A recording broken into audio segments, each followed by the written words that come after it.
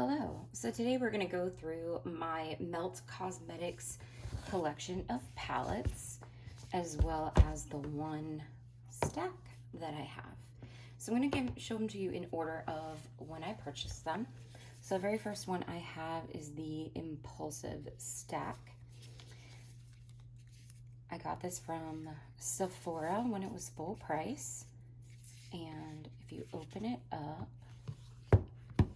it is beautiful. I absolutely love how many different shimmers there are in the palette. I was specifically drawn to like these colors here, and just so that you can see how pretty. This color is called Poppin' Bottles. It's hard to tell, but it's like a gold that shifts into like a green color. I also really like these rusty tones. This color here called Go Getter is also, oh, it's like so gorgeous. I love that color. This one's really great. I don't necessarily get the best diverse looks. Like it can be a standalone palette, but for the most part, if I do use it as standalone, then I'm doing like this color story here, or this color Dream Big is a good one as a crease color, but it's definitely more warm tone as far as like the mattes go, and then the shimmers, they're more cool toned shimmers. So it's definitely one of those ones where it's cool to have, but you definitely probably want to get something else to go with it, because you don't have like a light color, you don't have like brow bone highlight kind of thing. But overall, whoa, it's really pretty. The next one that I have is the Millennial Pinks palette. So this actually came out early in 2020, and it is a pink toned palette here with some grays towards the end. Now here's the thing about this palette. When you look at it, you're like, ooh, this is so pretty. You know, I absolutely love it. However, this tone here, I wanted to be much deeper. I wanted it to show up exactly how it does in the pan, and it doesn't. Like, if you look at it here, I'm gonna swatch it for you. It's like light. So that was a little bit disappointing, because there are times when I just want to like deepen up my crease with this color, and then I end up pulling in the black or the gray. I will say though, this silver is amazing. I absolutely love it. And if you want like specific swatches of each of these shades or individual palettes, just let me know. I'm happy to do that. Overall, if I could go back in time, would I still purchase this? Maybe not, but am I happy I have it? For sure. It is beautiful packaging. I mean, you can't deny that. All right, then the next one that I got is the very popular Melt Gemini palette. I had seen so many people on YouTube talk about how amazing this palette is, and if you look at it, it's a really cool grungy green color story. I mean, these colors are just so stinking pretty. I will pull Cupcake or Polka Dot if I want to do, if I just need like a good transition color to put in my crease before using like a single shimmer shadow that I have from either another palette or just like a loose shimmer or something. I will pull these two a lot. I don't think I've ever touched Bonnie because she's really dark, but I do really like this palette. One thing, and I'll compare them when I do get to it, is that there is some overlapping with these olive greens in some of the palettes that I have already. So that's kind of one of those things where, you know, I wish that Melt would do something that isn't so green, and maybe they have and I just haven't purchased it yet. This is just my own collection, and there are plenty of people out there who have way more than I do. I'm just kind of showing you this stuff. Okay, the next one is Rust. So this was a new release when I got it, and they had a stack of Rust before, which was super popular a few years ago, and then they just released this palette this year. I believe it was spring 2020. I really like this palette. I don't pull for it as much, and I'm not sure why looking at it, but these tones are really pretty. That mustard color is like, I mean, it is true to color. You are getting, I mean, that's a really crappy swatch, but you are getting that true to color shade. I do like it, but I don't think I've played with this one nearly enough to give it the best opinion in the world. I am happy that I have it, and actually looking at it now, it's making me think that I need to use it more. So that's my rust.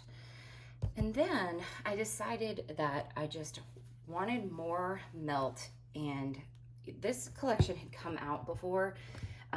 This was the Vita Muerte collection, and I was only able to get the Vita half. So sadly, insert Muerte here eventually. Maybe someday I'll get it. I don't know. But Vita, I mean, the packaging is just so beautiful. And there you go with the color story. Now, one thing about Melt that I realized when I used these beautiful colors is that they do use carmine in their eyeshadow formula, which I am very allergic to. So I can't really wear these shades without my eyes getting all watery. But the color story is very beautiful, and this is what I was talking about. And at the end of this, I'm going to go back and show you comparisons. We got a lot of green and yellow overlap here. This Atoll, I love this color. I don't really have anything like this in my collection. It's like a taupey brown, like, I don't know. I just really like it. I just put it on my arm right there. It kind of pulls a little bit more like yellow green, but I really like that color, and I like chocolate. Like these three here. Of course, naturally, I'm always drawn to these neutral browns. This is a pretty palette, but I definitely don't use it as much. I'm not gonna lie. It was a packaging purchase for sure. And the fact that I don't have the other half is just really depressing. Next, I got the She's In Party palette. This is one that came out more recently, closer to the end of summer 2020. And this was also, again, a stack turned into palette. I got this because I love purples. And the palette is really pretty. Like the shimmer shades over here are very, very pretty. At the time when this came out, Urban Decay also came out with their Ultraviolet palette, which is here. So a lot of people were like, do I get Urban Decay? Do I get Melt? But here's the thing. They're nothing alike. So if you were trying to decide between the two, they're absolutely nothing alike, so don't let that sway you one way or another. I love the Melt formula, so for me, this was definitely a yes. It was not a yes at first, but it became a yes after seeing it more and more people use it. So this is one that I definitely could use more, but very, very pretty for sure. And lastly, I have a Melt stack. This is the Blueprint stack, and the cool thing about these is that they're magnetized. This is the old school Melt packaging. So they used to have it to where instead of in a palette, you'd have these little circles of duos. And there's a mirror there. And they just kind of cling together and make like a caterpillar looking thing. They just released their complexion line that has like face colors. It's got like a bronzer in a contour shade and all that, and it's still in this sleek packaging. I find that I don't use this as much because of that though. Like for me, it's easier to pull. I just got shadow everywhere. It would be easier to get, you know, a palette versus a stack. And for storage purposes, this one's a little bit tricky, but I do love, I mean, if you just quickly need an eyeshadow duo, here you go. Or like, here you go. The blues, super pretty and bright. I'd be curious if anyone has the Muerte to see if there are any overlaps, but yeah, there's that. So let's do some comparisons here. So starting with the impulsive, see how we have these greens and browns here, and then we've got these here. Well, if you look at Vita, is that not a similar color story? Let's pull this down a little bit. Very, very similar. So like, you know, you've got, this one's a little bit more pink than this shade here, which is called Allegria? Allegria. And then, you know, you've got your olive shades where these two, Papel Picado is definitely more neon looking versus Game Changer. I mean, definitely there. But then let's pull in Gemini. Gemini, what is this one called? Fire OG.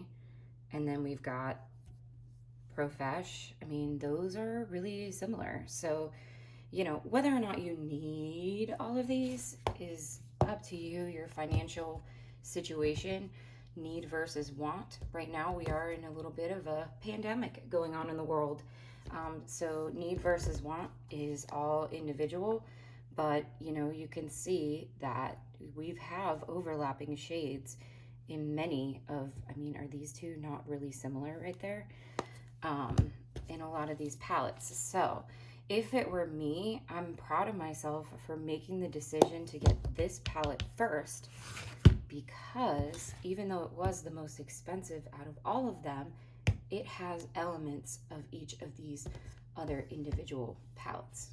So thank you so much for watching this video. Let me know what you thought of it. Do you like these collection curated videos for one brand? Would you like to see individual swatches of each of these palettes? I would love to hear your feedback. I'm just getting back into the YouTube game, so I'm a little rusty there, pun intended. But yeah, thank you so much for watching. Details about my other social media links will be down in the description box. I would love to hear your feedback. Do you have any of these? Which one is your favorite? Which one do you think I need to get that I don't already have? All right, thank you for watching. Okay, bye.